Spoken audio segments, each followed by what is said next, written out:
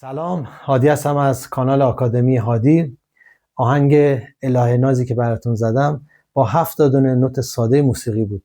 میخوایم تو این دوره با هم دیگه تئوری موسیقی رو کار کنیم، حتی اگه شما ساز هم ندارید. دوستان اگه ارگ یا پیانو دارید تو خونه که هیچ، ولی اگه شما ساز ندارید میتونید با اپلیکیشن ارگ اندروید، ببینید یه چنین فضایی داره، میتونید اینو نصب کنید روی گوشیتون. من یه پلیلیست تو کانالم دارم، از پایه این ارگ اندروید رو یاد دادم، ولی به صورت نوتی نیست. شما اگه میخواید به صورت نوتی یاد بگیرید، من با همین اپلیکیشن بهتون آموزش میدم.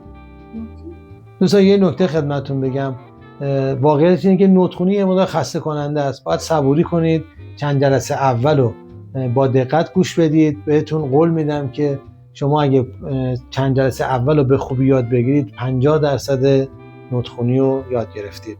بنابراین با من همراه باشید، ضرر نمی‌کنید. دوستان دقت کنید، ما توی زبان فارسی از یک خط استفاده می‌کنیم برای نوشتن، تو زبان انگلیسی از 2 خط استفاده می‌کنیم و در موسیقی از 5 تا خط استفاده می‌کنیم. نوتایی که ما الان صداشو شنیدیم به صورت از سمت چپ به صورت بالا رونده هستن و هرچی به سمت بالا ما میریم مثل یه پله، دقیقاً به سمت بالا که میریم صداها نازکتر و تیزتر میشن. عین ممکنه صدای مردونه هرچی به سمت بالا ما میریم صدا زنونه و تیزتر میشه.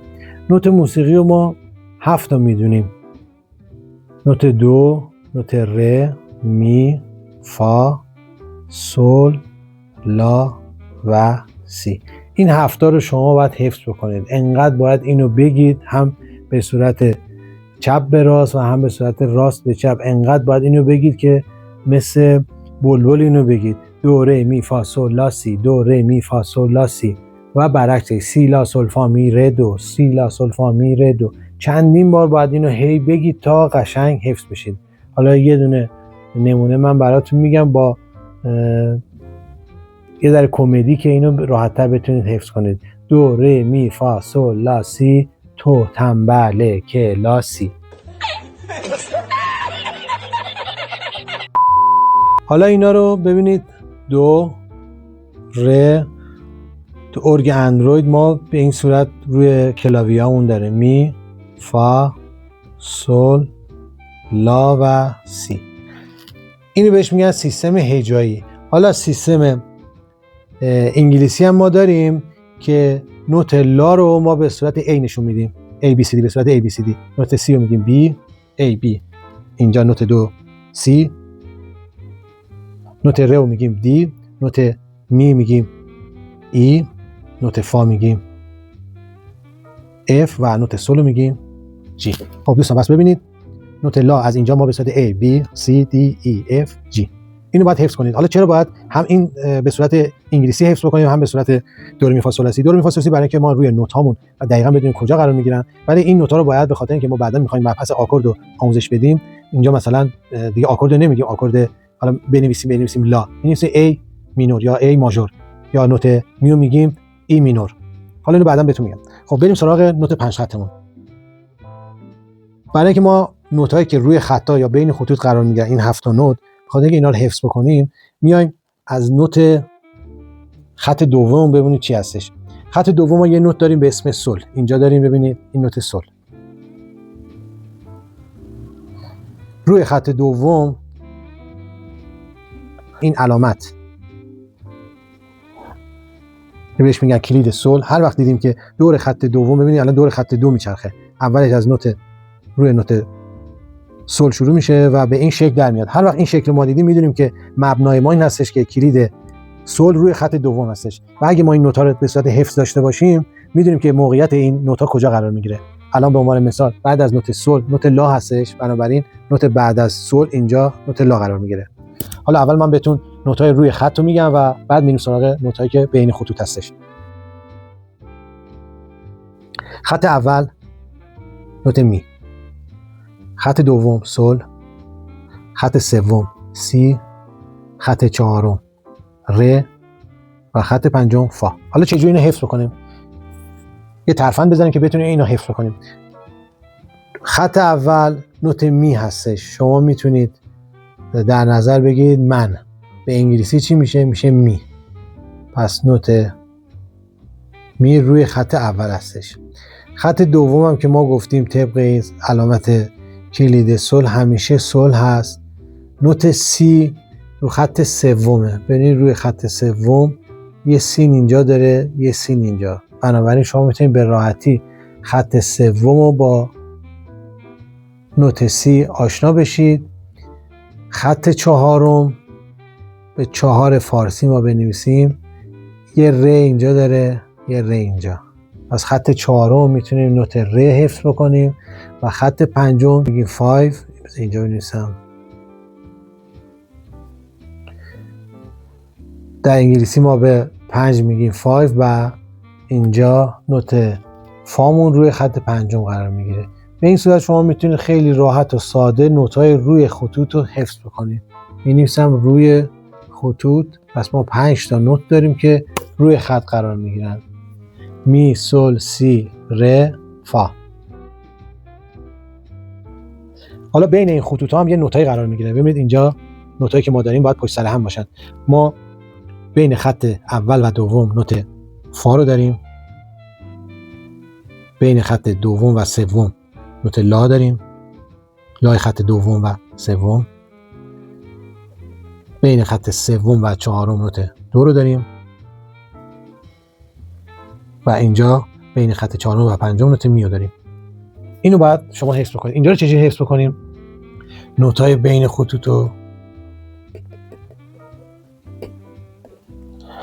میتونیم به صورت فالوده حفظ کنیم. فالوده من، فا، لا، دو، می. خب حالا به صورت عملی تمام نکاتی که خدمتتون گفتم رو روی ساز میخوام پیاده کنید. توجه کنید نوت ما از اینجا نوت دوشون میشه. به خاطر اینکه شما نوت دو رو بتونید به راحتی حفظ کنید همیشه یادتون باشید 2 تا کلید مشکی سمت چپشون نوت دو هست. کنارش ر، می، فا، سل، لا، سی.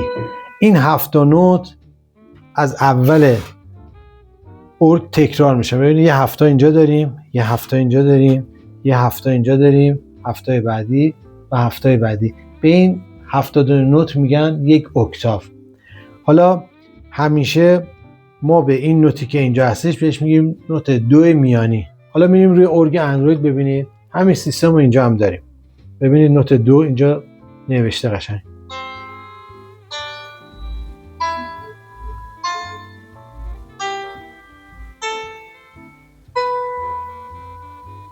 و نوت دو بعدی که میشه اکتاو بعدی. نگران نباشید اگه ساز ندارید اپلیکیشن ارگ اندروید خیلی کارایش زیاده. شما میتونید به راحتی هم نوت خونی و هم ساز زدن رو روی این اپلیکیشن یاد بگیرید.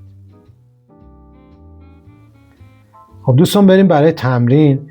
شما برای اینکه بتونید این نوت‌ها رو حفظ بکنید میان یه 5 خط میکشین و روی خطوط هر جا خواستید این شکل نوت رو مثلا میذارید به صورت دلخواه. بعد میاد اینا رو شروع میکنید به خوندن. مثلا ببینید اینجا می، لا، می، ر، دو، ر، فا، سی. و بعد میتونید همین رو برعکس کنید و دوباره به این سراغ اینجا می، سل. حالا به نوبت بکشید که به ترتیب بکشید که بتونید راحت تر چیز کنید. این نوتا رو هی بخونید، انقدر بخونید باز دوباره برید یه 5 خط بکشید به صورت اتفاقی نوتا رو روی خطوط و بین خطوط بذارید و شروع کنید به خوندن.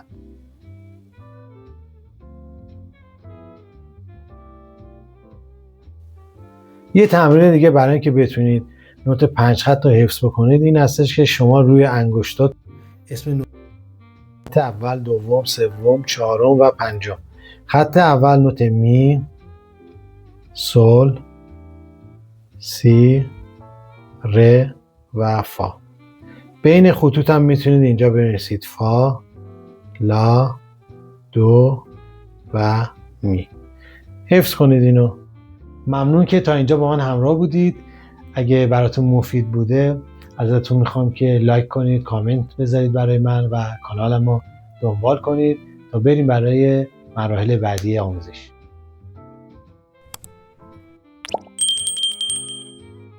تو جلسه آینده میخوایم در مورد کشش نوت‌ها با هم دیگه صحبت بکنیم و اینکه از کجا بفهمیم که یه آوازی که خونده میشه ما باید چند ثانیه یا چه مدت اینو بکشیم و اینکه چطور روی نوت 5 خط نشونش بدیم. مثلا آهنگ الهی نازی که اول ویدیو من براتون زدم که از نوت سی شروع میشد،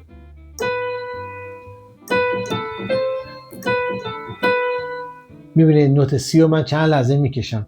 میخوایم ببینیم توی نوت 5 خط به چه صورت ما باید متوجه بشیم که چند ثانیه بعد این نوت رو بکشیم یا نکشیمش. پس با من همراه باشید و جلسات بعدی از دست ندید.